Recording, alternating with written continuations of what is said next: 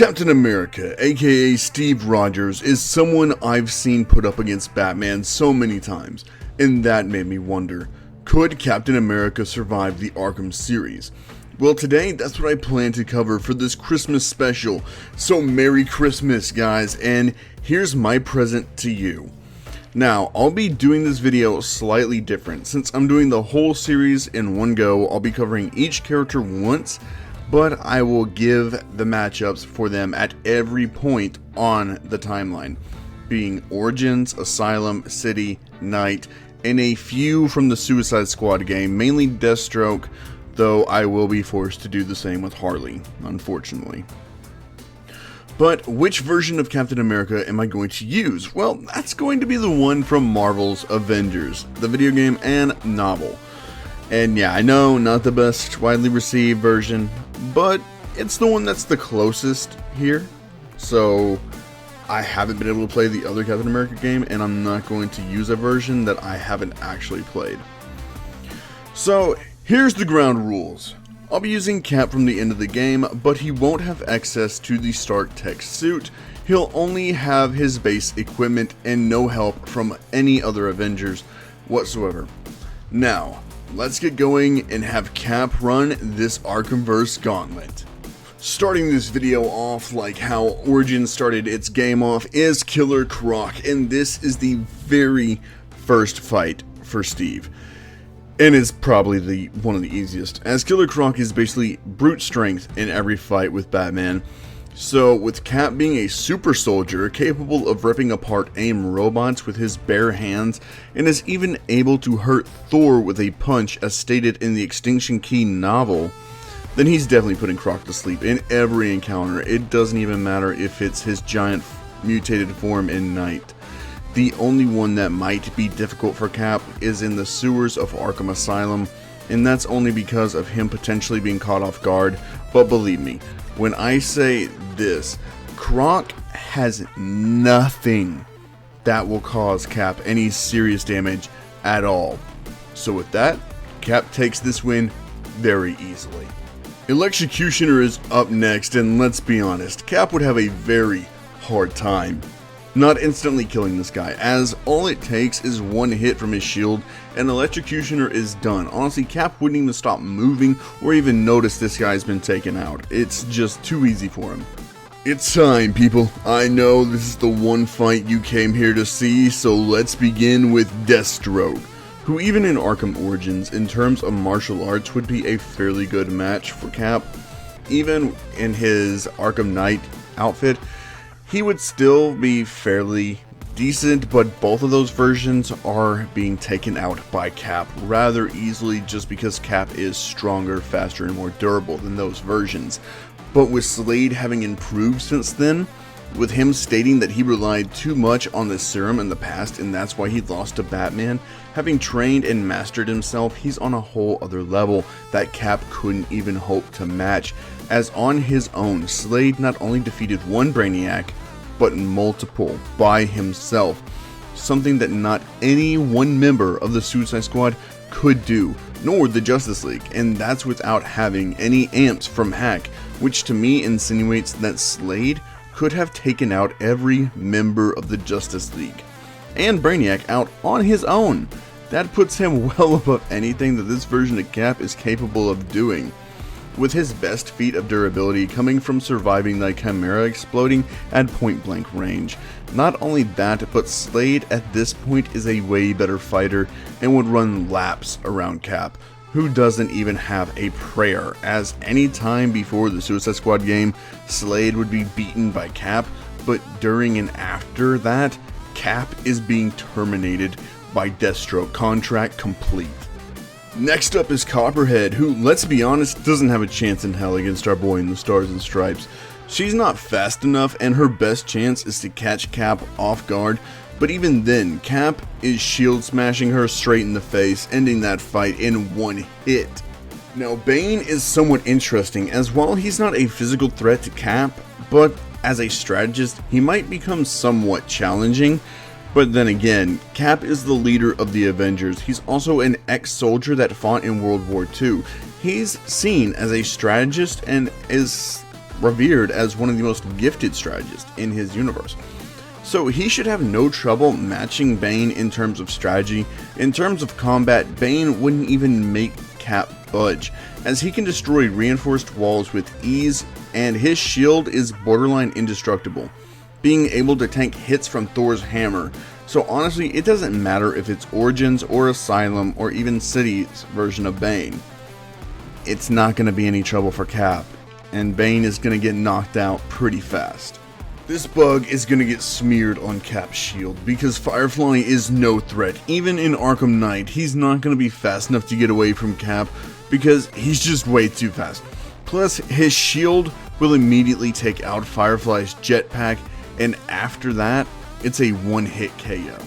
The Clown Prince of Crime is getting dethroned as he's no real threat to Cap. Even in his Titan form, he's not hurting Cap, who with his Brooklyn Brawler skill can potentially 3-shot if not 1-shot Titan Joker. And Cap is just too strong, fast, durable. Along with him being an ex-soldier, he's more than willing to do what needs to be done. So yes, Joker is getting put down hard if not permanently. Scarecrow is interesting and is honestly the biggest threat in the Asylum thanks to all the setup work he did by pumping his fear toxin through the air system to infect everyone. And this could be the end of Cap, especially since Cap hasn't had to face his deepest, darkest fears in the Avengers game or novel that I'm aware of. So it could work, but honestly, I really don't see it working too well until the final doses, but even then, I just don't see it working. Because of Cap's willpower, and from having Bucky in the game as part of the Avengers, means that Cap already faced his past and got over it. So I don't see him struggling that much. And even in Arkham Knight, I really don't see Scarecrow getting away with half the stuff that he did under Batman. Just because Cap is much more straightforward and isn't infected with Mad Clown's disease. So honestly, Cap just straight up destroys Crane here. This section is really gonna hurt me, but since I did it for Slade, I have to give it to her as well. Harley Quinn in Asylum City and Knight aren't standing up to Cap, and yes, Night Harley is a skilled combatant by being able to beat Nightwing in hand-to-hand combat, but even then I don't see her being a match for Cap, who's sparring with the likes of Black Widow, and is pretty comparable to her, as she was able to beat Taskmaster, who had copied everyone's fighting styles.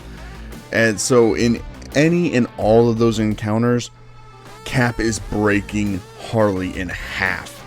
But once we get to Suicide Squad, well, that's when things change. And I say that because Harley and the squad completely wiped out the entire Justice League without a single scratch on them thanks to Hack's upgrades.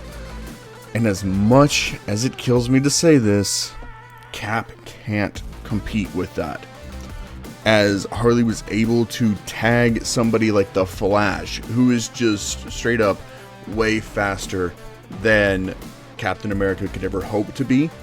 She's also been able to take down people like Green Lantern, who has a way better arsenal than Captain America, even going as far as taking down Superman and Brainiac, characters that just off-rip are way above Captain America.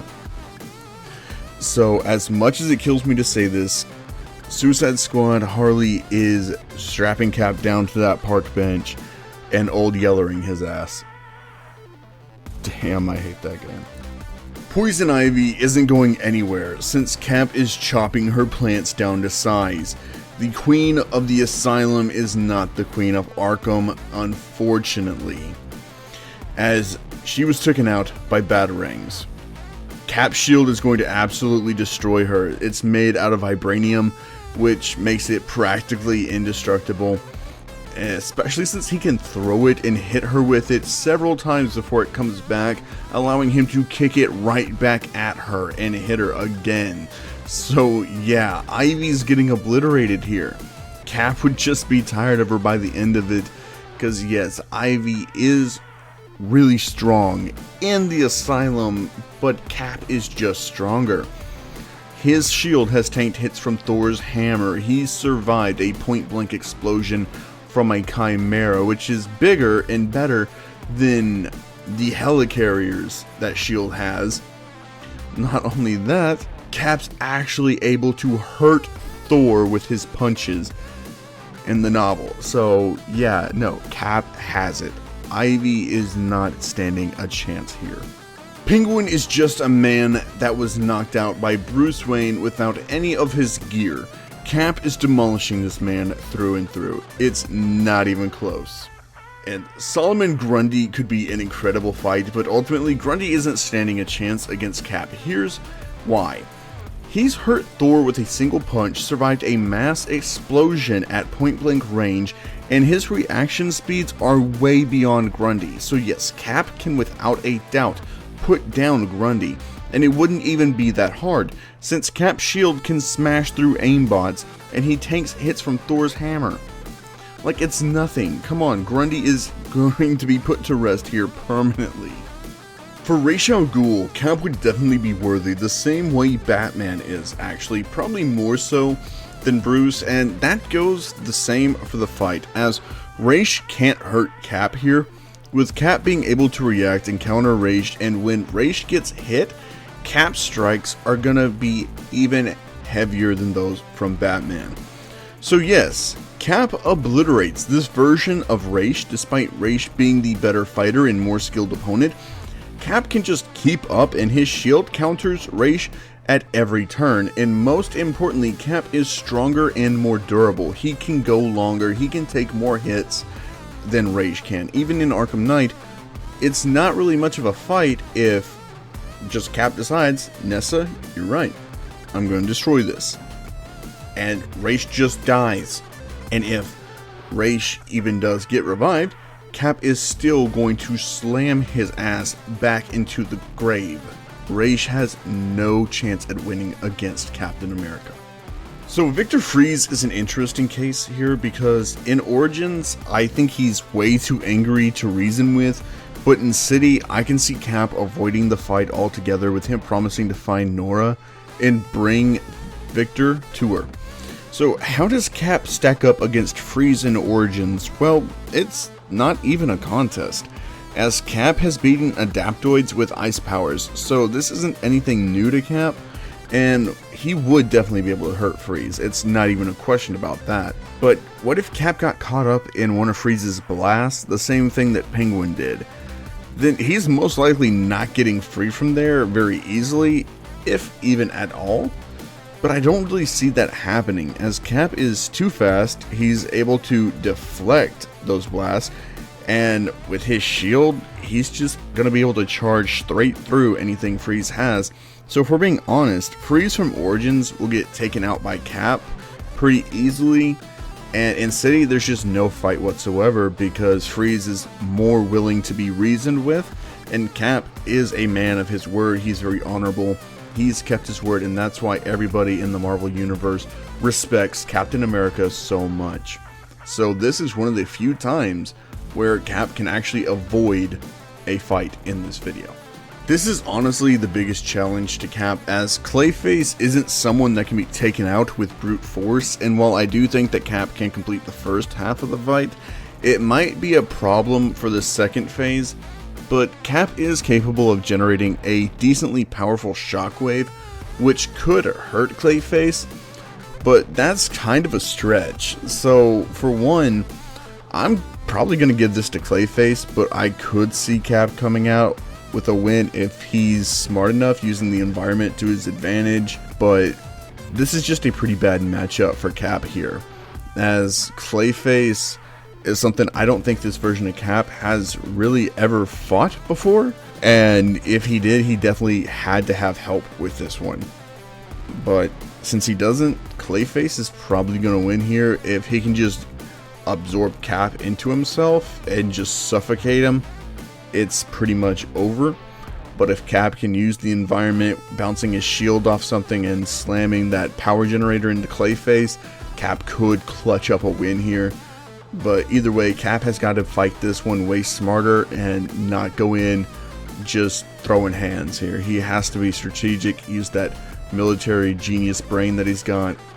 But ultimately, I see Clayface taking this more times than not, just because he's made of clay and has that type of advantage to him.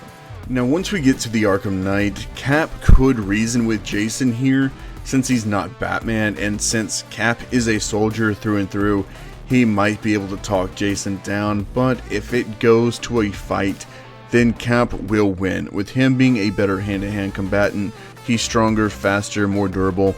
His shield can block all of Jason's firearms, and yeah, he's putting Jason on his ass in a fight. And because Cap ain't Batman and Jason ain't Bucky, well, this is going to be a violation of an ass beating that Jason is going to be on the receiving end from Captain America here. Two-Face the bank robber is getting knocked out with a single shield smash to the face.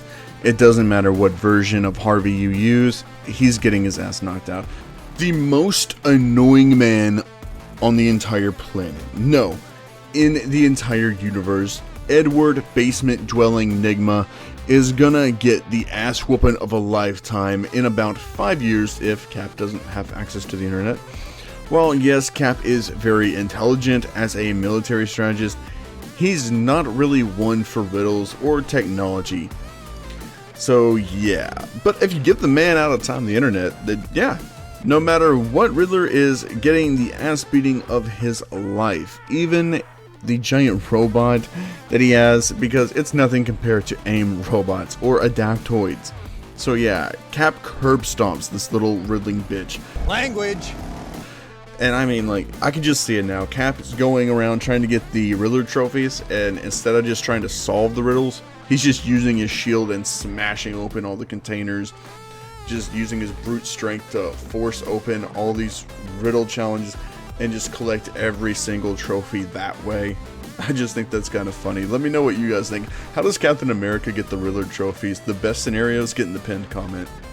So in conclusion, Cap pretty easily blows straight through Origins, Asylum City, and Night, but once he gets to the Suicide Squad game, then he's pretty far out of his element and league here.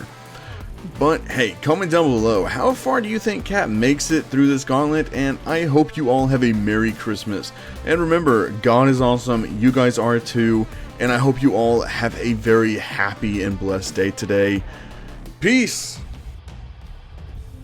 So in conclusion, Cap pretty easily bros... Take two, hold on.